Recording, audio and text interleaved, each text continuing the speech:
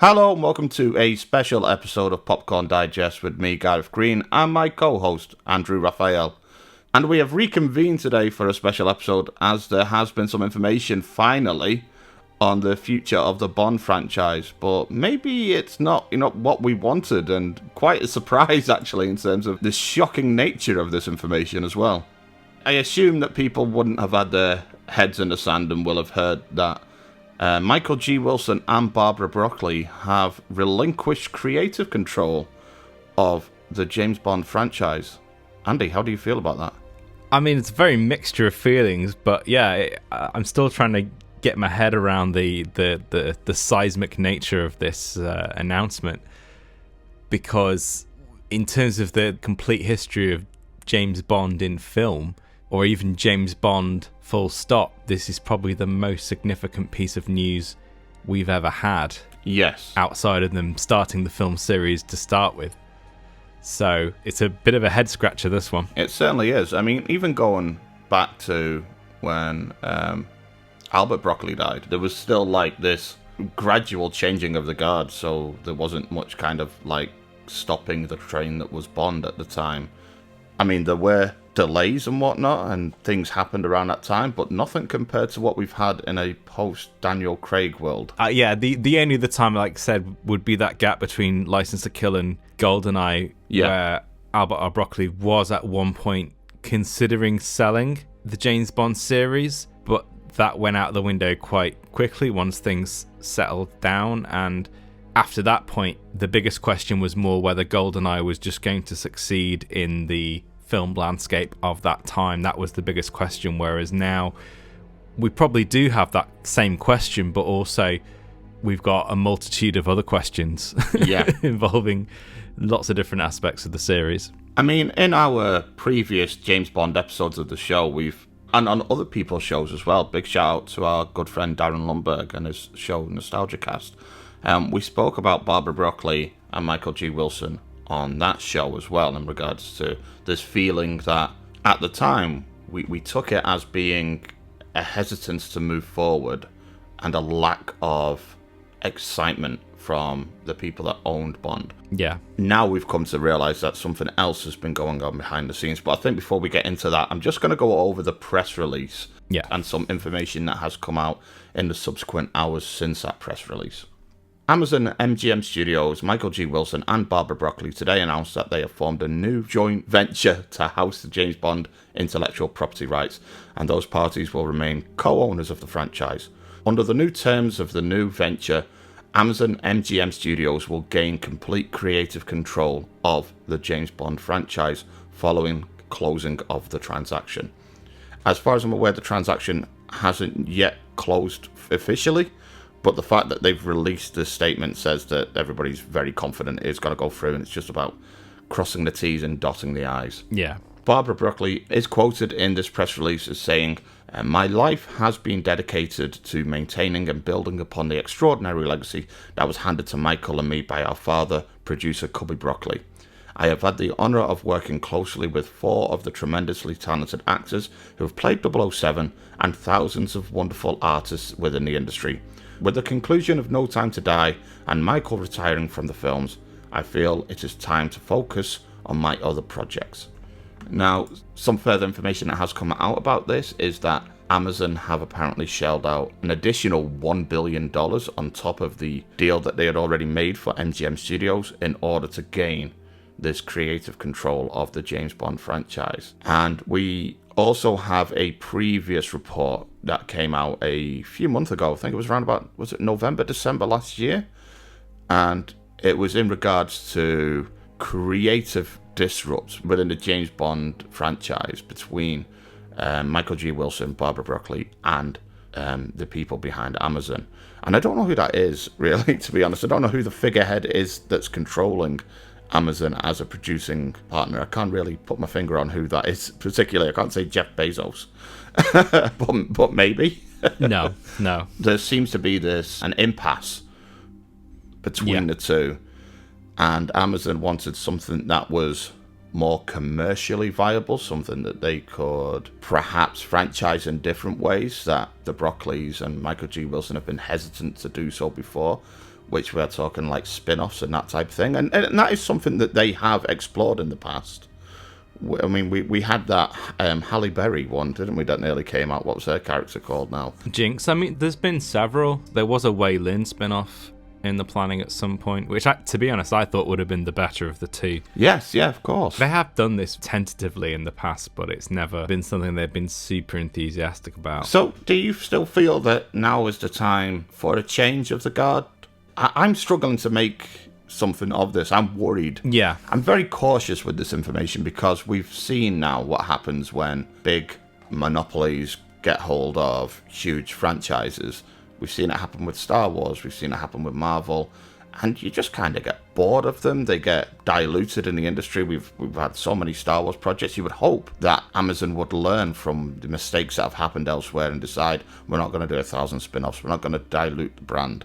But there is that worry that that's what they want the franchise for, is to hang their hat on and say, this is our Star Wars, this is our Marvel, and this is our moneymaker. I think it's a tricky one because, and this is why I've got a mixture of feelings about it, is that in one sense there is that danger. Yeah. And there's also that danger of the algorithm-driven way of filmmaking. Like we heard about that, what was that film that feels like a fake movie that came out recently? Ghosted.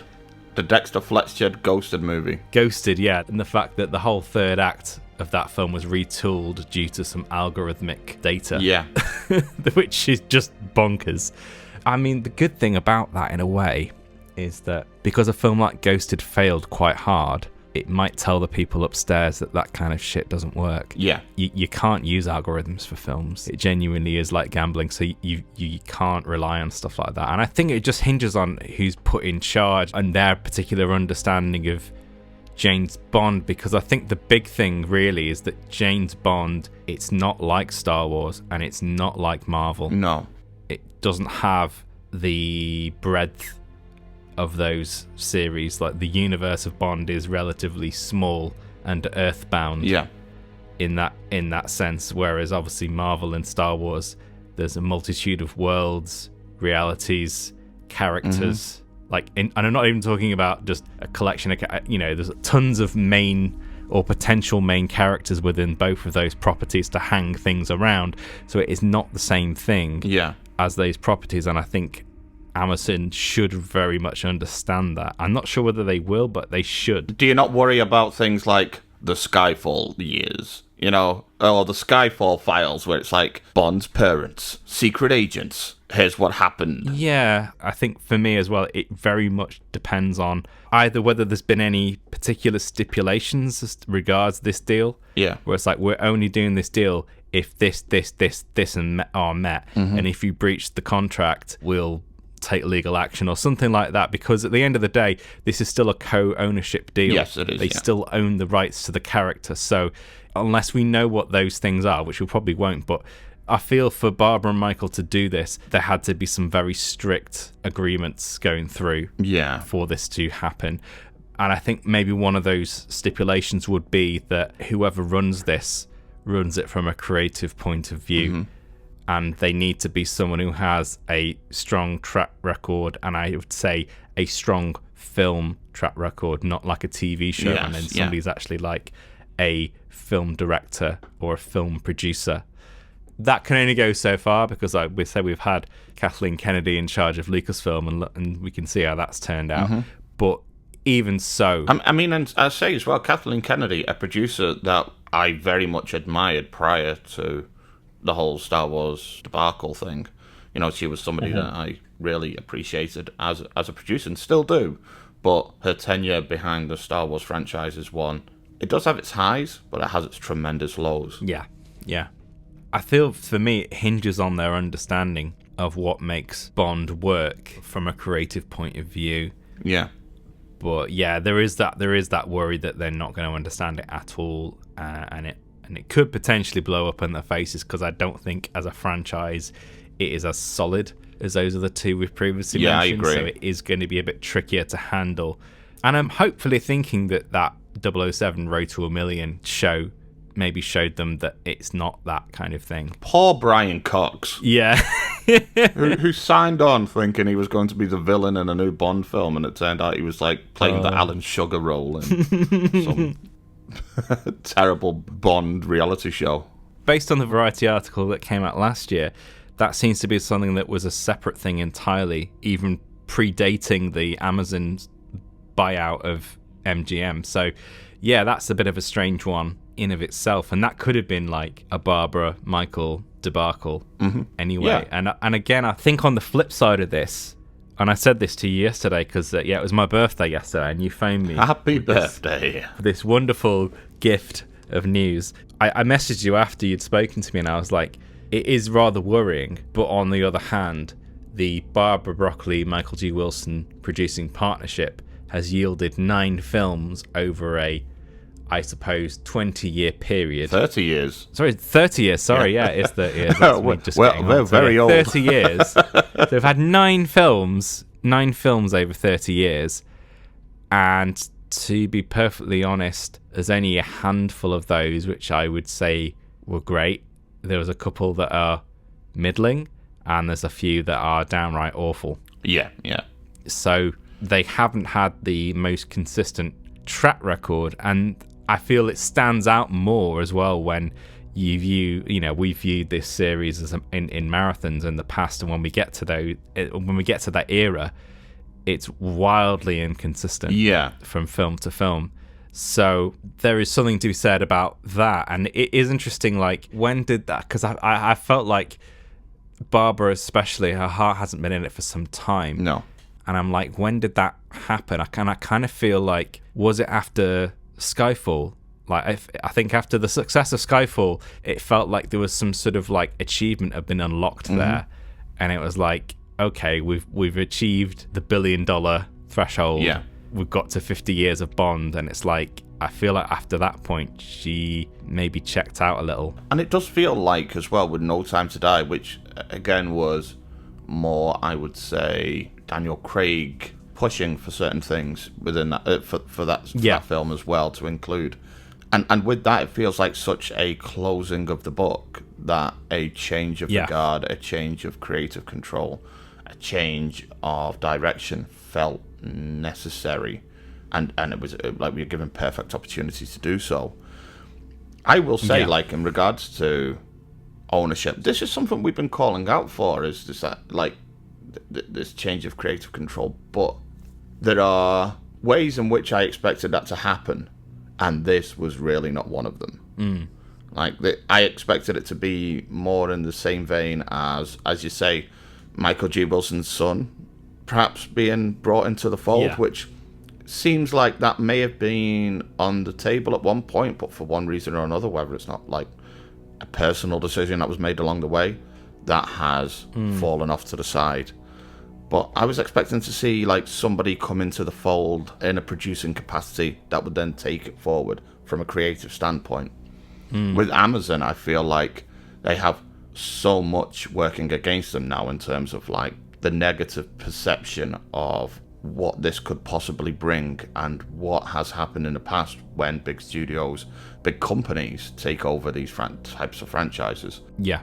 That they have this kind of like one shot at this. Yeah. So much is going to hinge on the next few decisions that they make. As you say, who do they bring on board? What type of creative are they going to leave in control of this series? Is it going to be somebody who is, for example, a Bob Iger character, or is it going to be a real kind of like filmic mind? I'm just plucking this out of the air, like a Christopher Nolan, somebody, that kind of thing. Is that going to be where they're going to go with this? And I do think that Amazon have made some interesting films. I think they went through a period as well of being the streamer that was making the most interesting choices for a while. Yeah. I hope that they kind of recapture that and run with some interesting creative choices. I also from the series don't want to be spoon-fed. This is the dilemma for them. I don't want to suddenly find out tomorrow that Henry Cavill's been cast as Bond. I don't want the kind of Reddit checklist of Bond expectations to be met. I want to be surprised. I want to see people involved in the series that'll go, oh, I'm not, like that give you that moment of pause. But for example, that time when Heath Ledger was cast as Joker and everybody went, what? and then we saw it and it was excellent. Yeah. I want to have those kind of surprises, and those happen when you have real kind of like creatives involved with real visions that can notice potential in thinking outside of the box. Don't know if Amazon are that outside of the box thinkers, and I do wonder if the next one's just going to be like let's try and tick all the boxes, and we end up with like a Star Wars Episode 9. Yeah, because there was that Jeff Bezos thing where on X. I don't know why I even call it X. But yeah, he did ask like, "Oh, who do you want to be the next James Bond?" And obviously, like everyone was like doing their little Reddit checklists and stuff like that. But at the end of the day, that could have just been a little publicity hype machine. Yeah, suddenly that's gone down to the bottom of my list. I was quite excited previously, like I wonder when they're going to announce the next Bond and who it's going to be. Now that's so far down the list, I'm more like, who they going to announce as being the creative director of this? My main concern is like with that is what they're actually going to do with the character, and obviously that comes in a couple of areas. Like one, the format. Like, will it be a series of films like it has been? I'm very much hoping so. Like a series of theatrical films. I mean, you could have a couple of spin-offs there. I'm not so keen on that. It depends entirely on what it is. Felix. I mean, that's the thing. I mean, that depends entirely on what they do with that. Yeah. It's whether they go down the obvious road or whether they do something a little bit more creative. And obviously that depends on who's running it. But also, yeah, it's more like, is it going to be a series of films like we've had in the past, maybe separated by 2 or 3 years and maybe a little bit more consistent, a bit more forward planning, which I would, to be honest, welcome. But again, it has that issue, and I've said this for the longest time, the Bond series has survived due to it being able to adapt rather quickly if the film landscape changes. Yeah. And I think they need to build that in there. And if they don't, they're going to be in trouble very, very, very quickly. And it's going to be you'll end up with a Marvel situation where it might have a good 10, 15-year run and then it'll just run out of steam. And Bond has lasted 60 years because it has been able to change along with people's tastes and other films that have been coming out. So they need to think about that, but yeah, obviously they need to think about the character of Bond and where they want that to go, because if they get that wrong, that will alienate all the existing fans and it could potentially put off any new fans to the series. And I'm not obviously one of these people that's like they need to listen to what the fans are saying so much, but there still needs to be a certain degree of understanding and respect absolutely to the whole point of the character. Otherwise it's not James Bond. And that, I mean, that's just something that Eon has struggled with a lot in the last, say, 15-20 years anyway, in terms of this character. And I feel like they've almost like maybe overthought it. I think that's fair to say, yeah. I think a lot of outside influences come into that, where maybe they've overthought the uncorrectness of the character. And bizarrely, in a strange turn of the books, we are now in a world which is actually quite similar to the one that Bond used to exist in. Yeah, very strange. Tensions between East and West. Yeah, we've come from that point where in GoldenEye, James Bond being a dinosaur, a relic of the Cold War, and it's like, we're kind of in a new Cold War right now, so, you know, we need James Bond more than ever.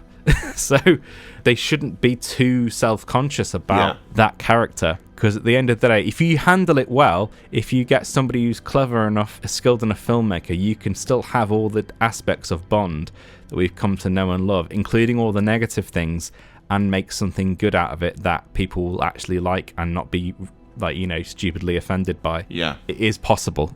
I agree. I mean, the thing is as well about the character that I like is when I see a Bond film, I do not see it as a male fantasy for me. I can see how other people do. No. But Bond at his best, for me, I still see him as he's a necessary blunt instrument. Yeah. That comes with all of the negative aspects of his character as well. I don't see him as somebody to kind of morally hang my hat on. And making him that character kind of defeats the purpose of who he is and why he's there.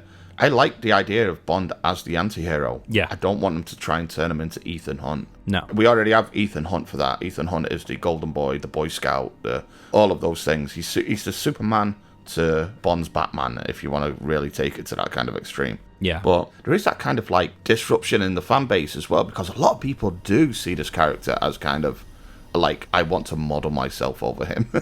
So you almost have to kind of like, I would say Bond in general is a little bit of a of a tightrope walk. I think, again, this hinges on, for me, like, how much of a reference the people at Amazon want to use Eon for, in terms of, obviously, Eon knows how to make James Bond films. Like, do they want to make films like in that way? That's a big question. Because obviously Bond relies on mainly practical effects, in camera, mostly.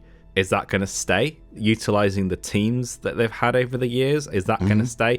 Are we going to have the same kind of, there's so many of these elements that are like thrown up in the air now because the stabilizers have been taken away. Like, everything's up for grabs. And in terms of like the Bond character casting, I can envisioning it going one of two ways. It'll either be super conservative, i.e. like a Henry Cavill kind of type. Yeah. I'm hopefully more a known person like that. Or it could go down a really more radical, progressive route. Now, it just entirely depends on who is in charge and making those decisions and who is being referenced, I think.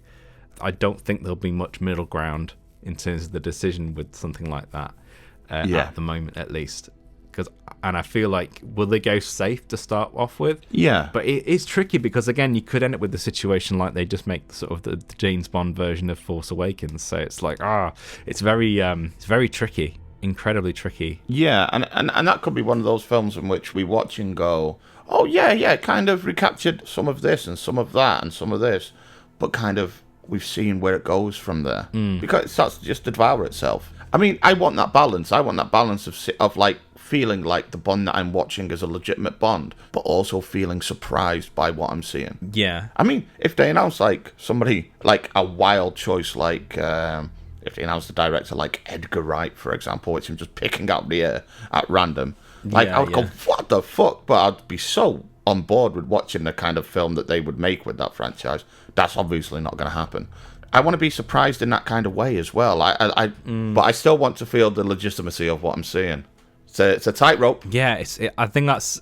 Well, it's not even one question mark. It's like several question marks. Yeah. As to lots of different aspects of the series. But it is very strange because in one hand, I'm kind of quite worried about it and a bit sad that the Eon era is kind of done, even though Eon technically still... I mean, Danjaq owns the rights anyway. It's not Eon. So I don't know what's going to happen to Eon as a production company. Because I know they've got like Chitty Chitty Bang Bang remake going on and some other bits and bobs. Yeah. I'm very kind of worried, but then I am quite intrigued at the same time. It's still exciting. Yeah. It's still exciting times. I'm very worried, but it's still like exciting times. Yeah. Because we have no idea what's going to happen next. And again, I think it hinges on these next couple of announcements and also the speed of the announcements as well. Because it depends how long this has been going on for in terms of these negotiations and how we got to this point. We won't probably know for quite a long time as to how this all played out.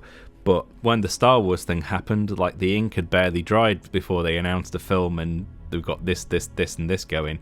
And it was a bit like, whoa, like way too fast. If they start announcing like Our Man in Langley and in the early years and Penny for Your Thoughts, the Moneypenny story, I will really worry. It's going to be tricky anyway, because the good thing about No Time to Die, even if you don't like No Time to Die, which I'm not one of those people, I thought it had a couple of flaws to it, but I thought it was a pretty good film, and a lot of people are very incised by the ending and kind of ignore all its other virtues, which I find rather bizarre. I mean, we're in this black and white reviews. I think it's flawed, but it grabs me. It still does. Yeah. And it took a few big swings. But the good thing is, because they did that, by necessity, you're dealing with a completely fresh start. Yeah. So it's a complete blank canvas into where they go with all this kind of stuff. And if they do any spin-offs, it would probably have to be seeded in more organically. You can't really go back in terms of looking at, say, for example, Ben Wishaw's Q, because it would probably be a different Q in this series going forward. So they've got to build everything up from the ground up, which is probably for the best in that regards. Yeah. So they can only go forwards rather than backwards. I mean, there is opportunity to do something as a spin-off, like, I don't think it's the worst idea to have some sort of spin-off. You look at something like the quality of The Night Manager, and if they made something of that kind of standard, that kind of prestige, I could see something of that level falling in with. But it's more so I'm worried it's just going to be the obvious, the real, like say a Felix story, Moneypenny, Blofeld, the early years, that kind of stuff. Yeah, it's just a big question mark at this point, but I think it'll take a while for me to kind of get my head around this because it's just such an alien thing. Yeah. I mean, to be honest, the whole community is reacting rather negatively to it, but I think it's just because it is such a radical upheaval. Well, maybe it's best if we reconvene when some further information comes out, release another video, see what's going on. Let's wait until we know the kind of footing that we're standing on. Absolutely.